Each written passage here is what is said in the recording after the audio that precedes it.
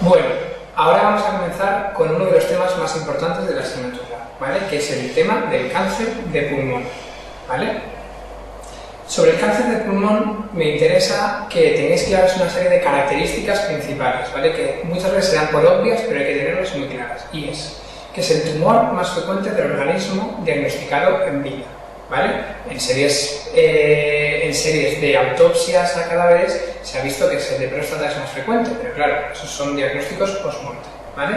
En segundo lugar, que la grandísima mayoría son primarios, que casi todos son malignos y que son mucho más frecuentes en fumadores, ¿vale? Esas cosas hay que tenerlas en cuenta, son bastante fáciles y hay que tenerlas en cuenta, ¿vale? Factores de riesgo, el más importante de todos es el tabaco, ¿vale? Es ya por todos conocido, así que no vamos a incidir demasiado en ello, pero que os quede claro, ¿vale? Tabaco. Por supuesto también influye la genética, como en todos los cánceres, ¿vale? De hecho, los antecedentes familiares multiplican por 2 el riesgo de padecer cáncer de pulmón, ¿vale? Y fijaos que los antecedentes familiares significan 2%, es decir, multiplican por 2 el riesgo, ¿vale? Pero el tabaco multiplica por 10, tiene un riesgo relativo de 10, así que es algo muy a tener en cuenta.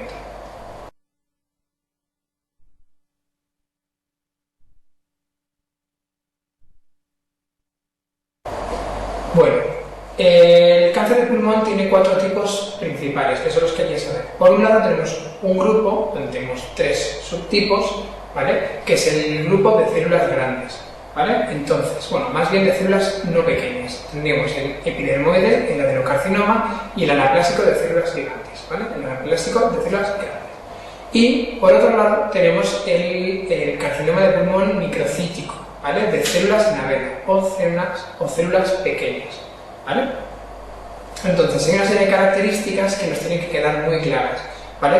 Porque estos tumores, cada uno de ellos, tiene una clínica o una serie de características que hay que conocer porque son motivo de pregunta en numerosas ocasiones, ¿vale? Por lo tanto, ¿cuál es el subtipo de cáncer más frecuente? Actualmente es el adenocarcinoma.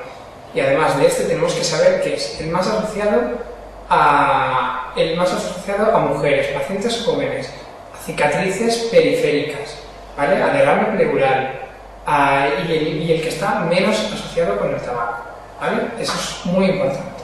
El que tiene peor pronóstico de todos es el microcítico, ¿vale? Porque es el que produce más metástasis.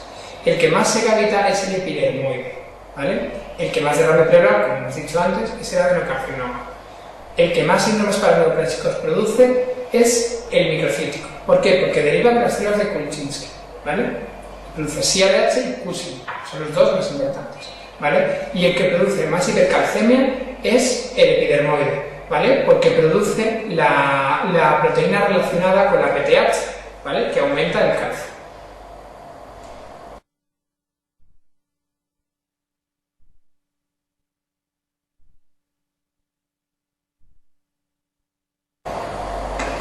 Bueno, entonces, la clínica del cáncer de pulmón es un aspecto que hay que dominar perfectamente, ¿vale? Y vamos a dividir los signos y los síntomas en 5 grupos principales. Por un lado tenemos los síntomas locales, ¿vale? Que van a depender de si el tumor es central o periférico, ¿vale? Los tumores centrales son principalmente el microcítico y el epidermoide, ¿vale? Y van a producir tos, hemoptisis y obstrucción endobronquial, ¿vale? Lo cual muchas veces se traduce en una neumonía recurrente en el mismo sitio, ¿de acuerdo? Los tumores periféricos son el adenocarcinoma y el carcinoma de células grandes, ¿vale? Que van a producir principalmente derrame pleural, dolor pleurítico, etc., ¿vale? Por otro lado, tenemos los síntomas regionales, ¿vale? Que son los síntomas por invasión de estructuras vecinas, ¿vale? Hay 2 que hay que saberse y no hay excusa para no saberlos. Uno es el síndrome de vena cava superior, ¿vale? Que es producido principalmente por el microcítico, ¿vale? Consiste en cefalea pulsátil con inyección conjuntival, edema en esclavina, que es toda la parte superior y anterior del tórax, la cabeza y los brazos, ¿vale? Y circulación colateral, ¿vale? Y por otro lado tenemos el tumor de Pancoast, ¿vale? Que generalmente es un epidermoide, ¿vale? Que aparece en el vértice pulmonar y afecta a la primera o dos primeras costillas, al plexo braquial y al ganglio estrellado, produciendo un síndrome de Horner, ¿vale? Que es ptosis, enoftalmos y miosis, ¿vale? Porque predomina el parasimpático sobre el simpático, ya que el simpático está afectado por el tumor, ¿de acuerdo? Estos dos síndromes hay que sabérselos perfectamente, ¿vale? Luego, dentro de los síntomas regionales también tenemos pues, afectación de la tráquea, afectación del esófago, afectación del nervio frénico, del nervio recurrente, del pericardio, etc., ¿vale? Otro grupo de síntomas serían los síntomas producidos por invasión linfática, ¿vale? Serían básicamente las adenopatías y la carcinomatosis, ¿vale? Luego tenemos las metástasis hematógenas, ¿vale? Que son principalmente al hígado, la más frecuente, ¿vale? A hueso, a glándula suprarrenal, al sistema nervioso central y al pulmón contralateral, aunque esto es mucho menos frecuente de lo que cabría esperar, ¿vale? Y por último, tenemos los síntomas derivados de los síndromes paraneoplásicos, ¿vale? El síndrome de secreción inadecuada de ADH y el Cushing son producidos por el microcítico, y son los dos más importantes. Así que ojo con un paciente que tenga una masa pulmonar o mediastínica, que tenga hipertensión y diabetes de reciente aparición, que puede ser un Cushing, ¿vale? El Cushing asociado al microcítico no es como el que se estudia de endocrino, ¿vale? Con la cara de luna llena, cuello de búfalo, etc., ¿vale? Porque no tiene los estigmas, no le da tiempo, es muy rápido. Entonces va a tener las alteraciones metabólicas, ¿vale? Principalmente lo que hemos dicho: hipertensión arterial, diabetes, alcalosis hipopotasémica, ¿vale? Y luego puede haber hiperpigmentación y miopatía proximal, ¿vale? Por otro lado tenemos la hipercalcemia, que es producida principalmente por el carcinoma epidermoide, ¿vale? Y luego hay una ristra de síndromes paraneoplásicos que se pueden asociar más a unos o a otros. Importante, que todo lo que sea más o menos articular o osteoarticular se va a asociar muy frecuentemente al adenocarcinoma, ¿vale? Como artropaquias, osteitis, etc., ¿vale? Y por otro lado, todo lo que sea neurológico va a asociarse principalmente al microcítico, ¿vale? Eso también es muy importante.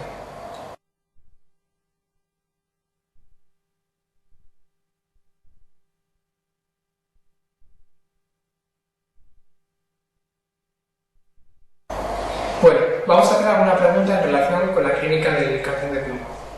En primer lugar, vamos a ver la pregunta 51.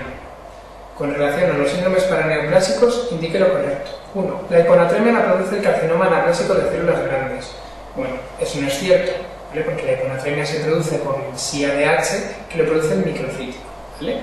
La secreción ectópica de PTH la produce el adenocarcinoma. No, es el epidermoide, ¿vale? Tercero, la osteoartropatía hipertrófica predomina en el tumor tipo OAC. Mentira, es el adenocarcinoma, ¿vale? 4. El síndrome miasténico de Eaton-Lambert es muy frecuente. Bueno, pues no es muy frecuente, es más bien poco frecuente, ¿vale? Y se asocia al microcítico, porque es algo neurológico, ¿vale? Y quinto, el síndrome de Cushing puede ser el primer síntoma o el primer dato de recidiva tumoral, típicamente en el carcinoma microcítico. Pues esto es cierto, como hemos dicho antes, ¿vale? Es un Cushing especial, sin tanto estigma, ¿vale? Es más bien metabólico.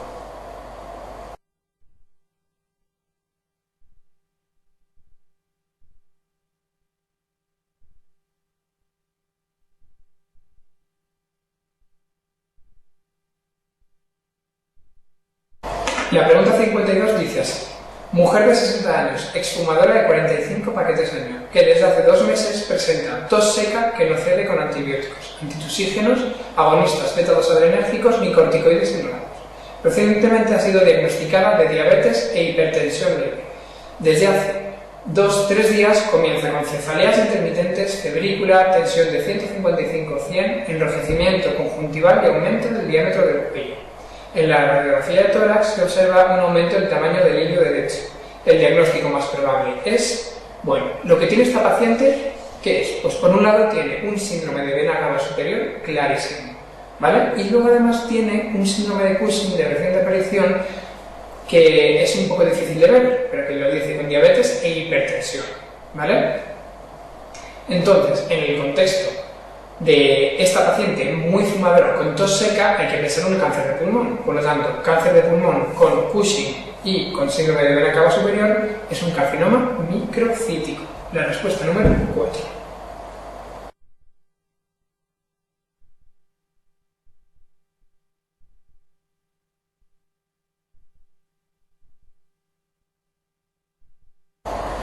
Vamos a ver la pregunta número 53, que nos va a ayudar a repasar un tipo muy concreto de cáncer. Varón de 58 años, fumador de 3 paquetes al día desde hace 30 años, que acude a urgencias por disnea de moderados esfuerzos. Durante la entrevista clínica, el paciente refiere un cuadro de 3 meses de evolución con disnea progresiva, dolor pleurolítico en el tórax izquierdo y aumento en la tos y expectoración, que es blanquecina y muy abundante. También observa febrícula vespertina desde hace 7 días. Por este cuadro, el paciente ha estado en tratamiento antibiótico sin precisar ninguna mejoría. Se le realiza una placa de tórax, donde es objetivo una condensación en el lóbulo inferior izquierdo, con broncograma aéreo. El diagnóstico más probable es, bueno, pues este paciente se nos presenta y lo primero que pensaríamos es que tiene una neumonía, ¿verdad? Tiene una condensación, tiene fiebre, tiene tos con expectoración, etc. Pero hay dos claves. Uno, que lleva 3 meses con ese cuadro, ¿vale? Y 2, que no cede con antibiótico. Por lo tanto, igual no es una neumonía, sino algo parecido, ¿vale? Entonces, en el contexto de un paciente muy fumador, que ya nos tiene que alertar, que tiene una neumonía que no termina de resolverse y que es muy subaguda, etc., hay que pensar que es un carcinoma bronquiolo alveolar, que es un subtipo de adenocarcinoma con mejor pronóstico, ¿vale?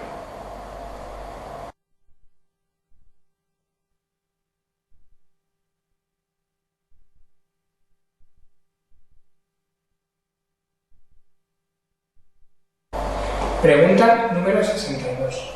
Varón de 60 años, fumador de 3 paquetes diarios, acude a consulta por dolor en la parte cubital del brazo y antebrazo derechos. El médico que la atiende nota que tiene caído el párpado y que la pupila de ese mismo lado es más pequeña que la otra. Respecto a la patología que sospecha, señala la respuesta falsa. Bueno, la sospecha está clara, ¿no? Es un tumor de Pancoast. 1. En la radiografía de toros probablemente se vea una masa en vértice del pulmón derecho. Cierto, ¿vale? Es lo que se llama que es un tumor de Pancoast, ¿vale? En el vértice que produce la afectación del plexo braquial, de las 2 primeras costillas y el síndrome de Horner. 2. Un tratamiento posible para este paciente podría ser radioterapia a dosis curativas. Exacto, ¿vale? Es uno de los tipos de tratamiento que hay para el tumor de Pancoast, ¿vale? Generalmente se intenta asociar cirugía y quimioterapia siempre que se puede, ¿vale? Tercero, otro tratamiento que se podría realizar, si la estrategia lo permite, es cirugía junto con tratamiento neoadjuvante radioterápico. Justo es lo que acabo de decir. 4. Independientemente del resultado del estudio de extensión, el estadio de este tumor nunca será menor de 2B. Bueno, pues, perdón. Sí, de 2B. Pues esto es cierto, porque el tumor de Pancoast como tal afecta a la pared torácica y por lo tanto es un T3. ¿Vale? Entonces el T3 como mínimo es 2B. ¿Vale?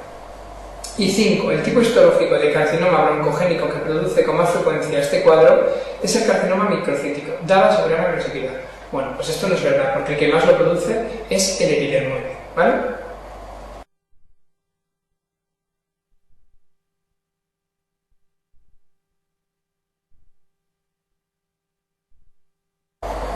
Bueno, vamos a hacer un pequeño resumen del manejo del cáncer de pulmón, ¿vale? Nosotros tenemos la sospecha en base a la clínica y a la radiología convencional, ¿vale? Entonces, con esto pensamos que el paciente puede que tenga un cáncer y decidimos realizarle un TAC, ¿vale? Con ese TAC vemos la masa pulmonar y por otro lado las adenopatías mediastínicas, ¿vale?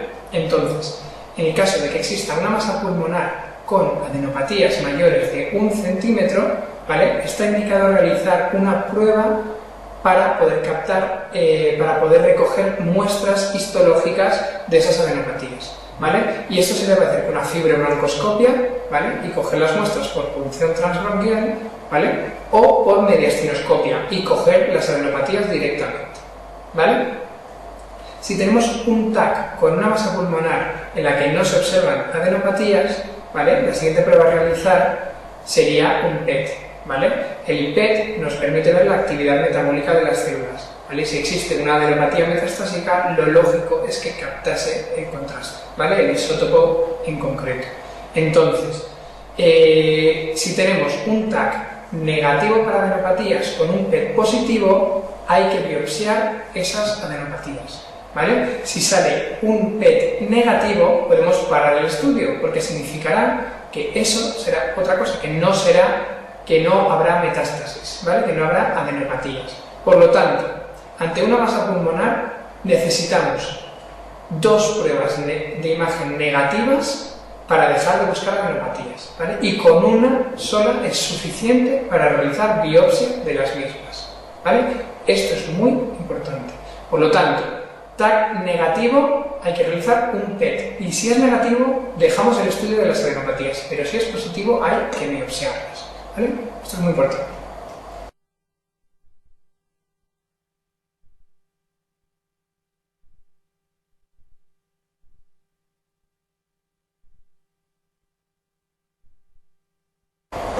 Bueno, vamos a hacer la pregunta número 56, que habla del manejo del cáncer de pulmón. En el estudio de un paciente con carcinoma broncogénico señala en cuál de las siguientes situaciones no estaría indicada la realización de mediastinoscopia. 1. Carcinoma epidermoide de 4 centímetros de diámetro en el lóbulo inferior derecho que afecta a bronquiolobar, no llega a contactar con la plégula visceral ni con el mediastino, sin metástasis y con adenopatía paratraqueal derecha de 2 centímetros de diámetro en paciente operable, ¿vale? Segundo, carcinoma microcítico de 2 centímetros de diámetro en el lóbulo inferior izquierdo, sin lesión endoscópica visible, rodeado de pulmón sano, sin adenopatías ciliares ni mediastínicas en la TAC torácica y sin metástasis en paciente operable. Tercero, adenocarcinoma en lóbulo superior derecho de 3 centímetros de diámetro, sin lesión endoscópica visible, rodeado de pulmón sano, con metástasis óseas, con una adenopatía paratraqueal izquierda de 3 centímetros de diámetro y otro subcarinal de 2 centímetros de diámetro en paciente operable. 4. Carcinoma epidermoide que afecta al bronquio principal izquierdo a 3 centímetros de la carina traqueal. No invade mediastino, no existe metástasis y presenta en la TAC torácica una adenopatía subcarinal de 18 milímetros de diámetro en paciente operable. 5. Carcinoma epidermoide que asienta en la entrada del lóbulo superior derecho y produce atelectasia completa del mismo, sin invasión mediastínica directa, pero una adenopatía paratraqueal izquierda de 2 centímetros de diámetro en paciente operable. Bueno, esta pregunta es un trabalenguas, ¿vale? Pero hay 3 palabras que permiten descubrirlo y nos hace casi no leer más la pregunta, ¿vale? Es en la tercera opción, ¿vale?, que es en la que no estaría indicado, porque tiene metástasis óseas, ¿vale? Por lo tanto, un paciente con metástasis óseas no es subsidiario de cirugía, ¿vale? Por lo tanto, es un estadio 4. Entonces ya las adenopatías no nos cambian tanto el pronóstico, ¿de acuerdo? Es importante la opción número 2, ¿vale? Porque el carcinoma microcítico sin imágenes en el TAC y en el PET se deben biopsiar los ganglios del mediastino, ¿vale? ¿Por qué? Porque es tan frecuente que estén afectados que si no te aparecen afectados en las imágenes, no te lo crees y requieres una confirmación histológica, ¿de acuerdo? Eso es también muy importante.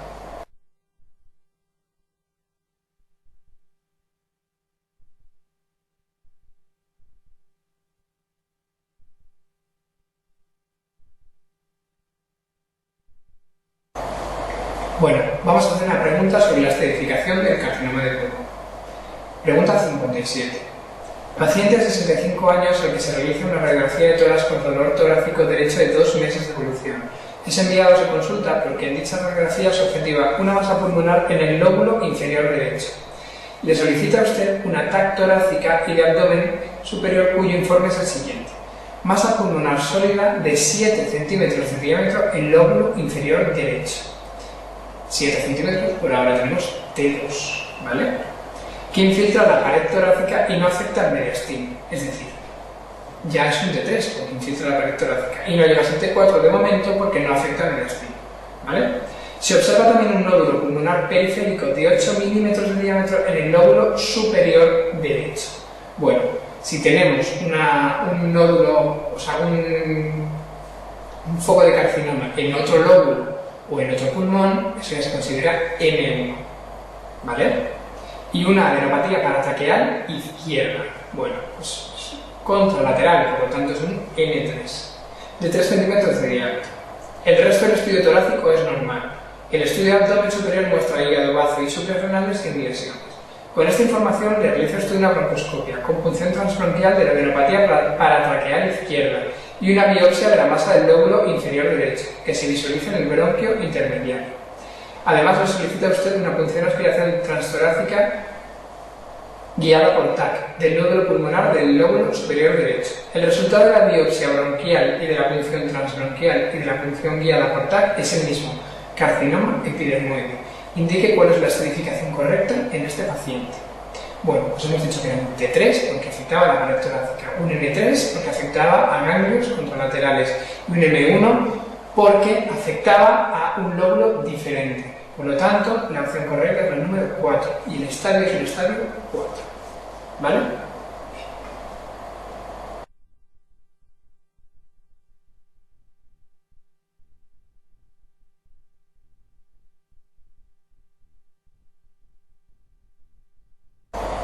Bueno, el tratamiento del cáncer de pulmón es bastante más sencillo de lo que parece. ¿Vale? Tenemos por un lado que seleccionar a los pacientes candidatos a cirugía, ¿vale? Y por otro lado a los pacientes que son candidatos a tratamiento neoadjuvante, tratamiento coadjuvante y a tratamiento paliativo, ¿vale? Entonces, los estadios quirúrgicos son el 1A, el 1B, el 2A, el 2B y el 3A en un caso concreto, y es cuando el 3A le viene por ser un T3, es decir, T3N1, ¿de acuerdo? Porque T3N0 sería un 2B y T3N2 no sería candidato a cirugía de entrada, ¿vale? Entonces, a partir del estadio 1B se considera que debe darse quimioterapia coadyuvante, ¿de acuerdo? Entonces, 1A, solo cirugía, 1B, 2A y 2B, cirugía y quimioterapia, ¿vale? Y 3A con T3 también sería candidato a cirugía más quimioterapia. ¿Qué es lo que ocurre con el 3A-N2?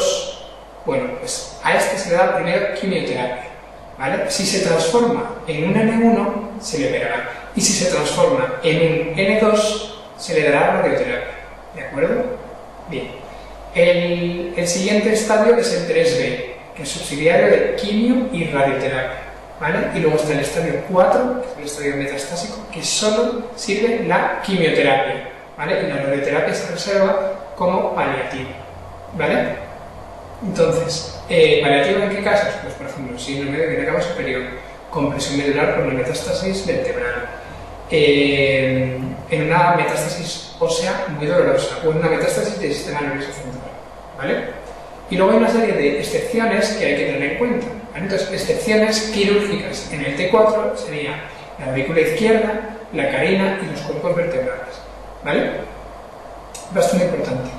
Y las excepciones quirúrgicas en estadios metastásicos serían una metástasis pulmonar única con primaria controlada, metástasis única en sistema nervioso central y metástasis única en glándula suprarrenal, ¿vale? Siempre con el primario controlado, ¿vale? Y hay otra cosa que hay que tener muy en cuenta y es que las metástasis hepáticas no se operan, ¿vale? A diferencia con el cáncer de colon, aquí no se opera, ¿vale? Eso es muy importante.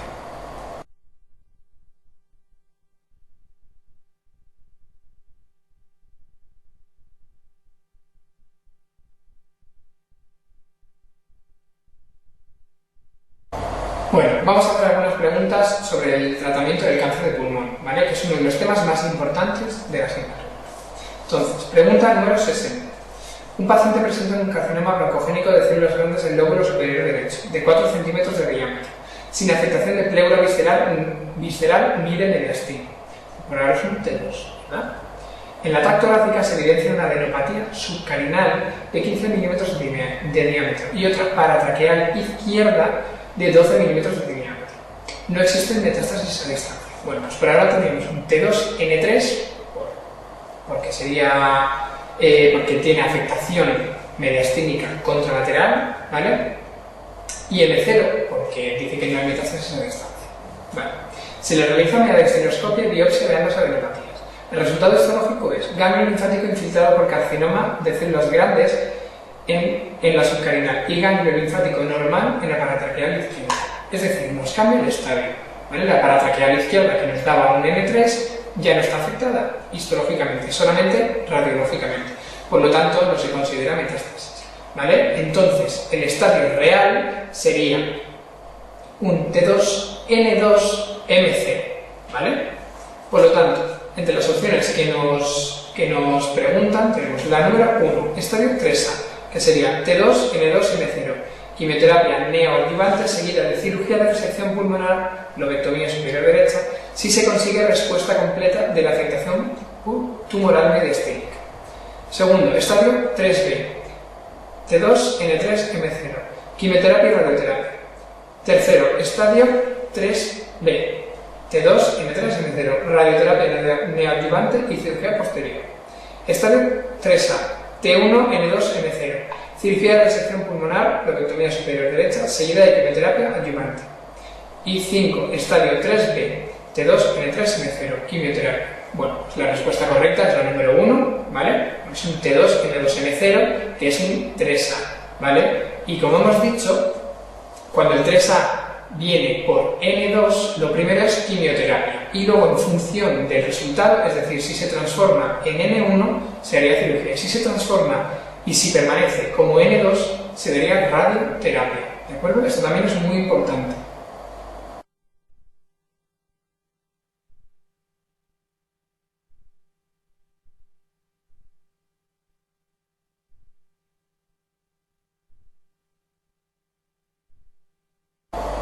Pregunta número 63.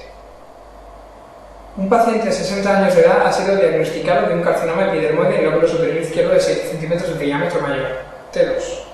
Tras la broncoscopia se comprobó que la tumoración se originaba en el bronquio principal izquierdo a 3 centímetros de la carina traqueal. Vale, permanece como T2, no asciende a T3 todavía, ¿vale? En la TAC torácica se apreciaba que el tumor es intraparenquimatoso, sin afectación aparente de pleura visceral. Se identifica también una adenomegalia de 2,5 en localización paratraqueal derecha, ¿vale? Que sería contralateral, sería un T3. Se realizó biopsia de los ganglios del mediastino sin que hubiera afectación tumoral en ninguno de los ganglios biopsiados. Por lo tanto, es N0. No hay evidencia clínica de metástasis a distancia. N0, ¿vale? Señala el tratamiento adecuado entre los siguientes. Bueno, pues tenemos un T2, N0, M0. ¿Eso cuál es? Es un 2B, perdón, es un 1B, ¿vale? ¿Y cuál es el tratamiento de elección en el 1B? Sería cirugía más quimioterapia coadyuvante, ¿vale? Que sería la opción número 3.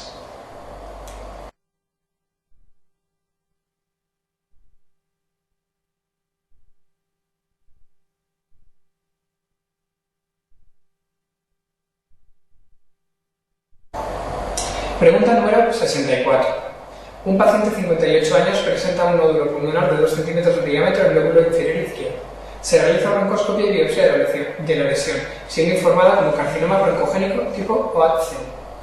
Espirometría con valores funcionales pulmonares dentro de la normalidad. En el estudio de extensión no existe evidencia de metástasis hematógenas. Señale la respuesta correcta. Bueno. 1. Tratamiento de elección es la radioterapia torácica al tratarse de enfermedad localizada. 2. Es conveniente realizar mediastinoscopia y mediastinotomía para descartar la existencia de metástasis ganglionares mediastínicas, aunque no es absolutamente necesario por tratarse de un estadio 1A clínico. 3. Si tras biopsiar los ganglios mediastínicos no existe afectación de los mismos, estaría indicada la resección pulmonar con quimioterapia prequirúrgica. 4. Se debe tratar con quimioterapia sistémica. 5. Se debería repetir la broncoscopia con nueva biopsia pulmonar, dada la rareza de este tipo de tumores.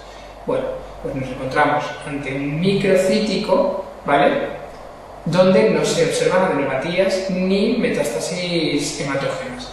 ¿Qué es lo que hay que hacer en este caso? Como no nos lo terminamos de creer, porque es muy raro esta situación, lo que hay que hacer es mediastinoscopia y biopsiar las adenopatías, ¿vale? Bueno, los ganglios, porque no son adenopatías, no parece que sean patológicas, ¿vale?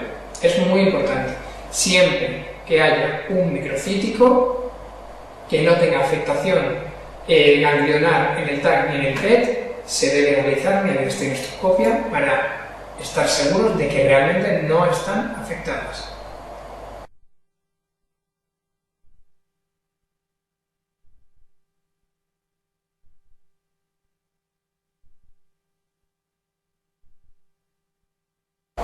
Pregunta 66.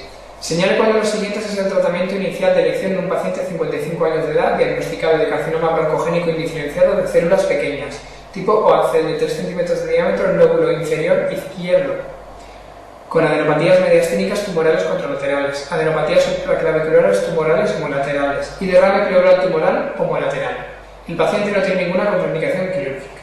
Bueno, sabemos que el tratamiento del microcítico no depende del estadiaje TNM, sino de un estadiaje diferente, ¿vale? Que depende de que la afectación tumoral quepa o no dentro de un campo de radiación, ¿vale? Por lo tanto, se considera un campo de radiación el emitoras correspondiente, ¿vale? Junto con las adenopatías supraclaviculares ipsilaterales, ¿vale? Y las adenopatías contralaterales, mediastínicas contralaterales y la vena cava superior. ¿Vale? Este caso cuadra, por lo tanto, se consideraría un estadio 1. Y sabemos que el estadio 1 es quimioterapia más radioterapia, por lo tanto es la respuesta número 1.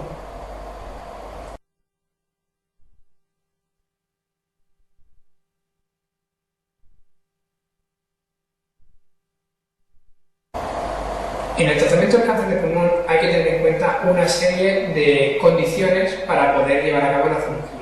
En primer lugar, hay que ver si el tumor es resecable, es decir, si en un acto quirúrgico se puede retirar todo el tumor que haya en el cuerpo del paciente en ese momento.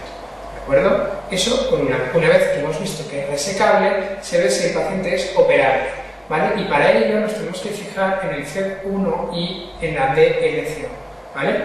Si son menores del 60%, ¿vale? Se debe calcular la CEP postoperatoria, ¿vale? Una gammagrafía pulmonar, ¿vale? Entonces, si la CEP postoperatoria es menor de 30, del 30%, el paciente es inoperable. Si es mayor de 40, se le puede operar, ¿vale? Y si está entre 30 y 40, sería un paso intermedio. Por lo tanto, habría que calcular el consumo medio de oxígeno, ¿vale? Si es mayor de 20 el consumo de oxígeno medio, el paciente sería operable, ¿vale?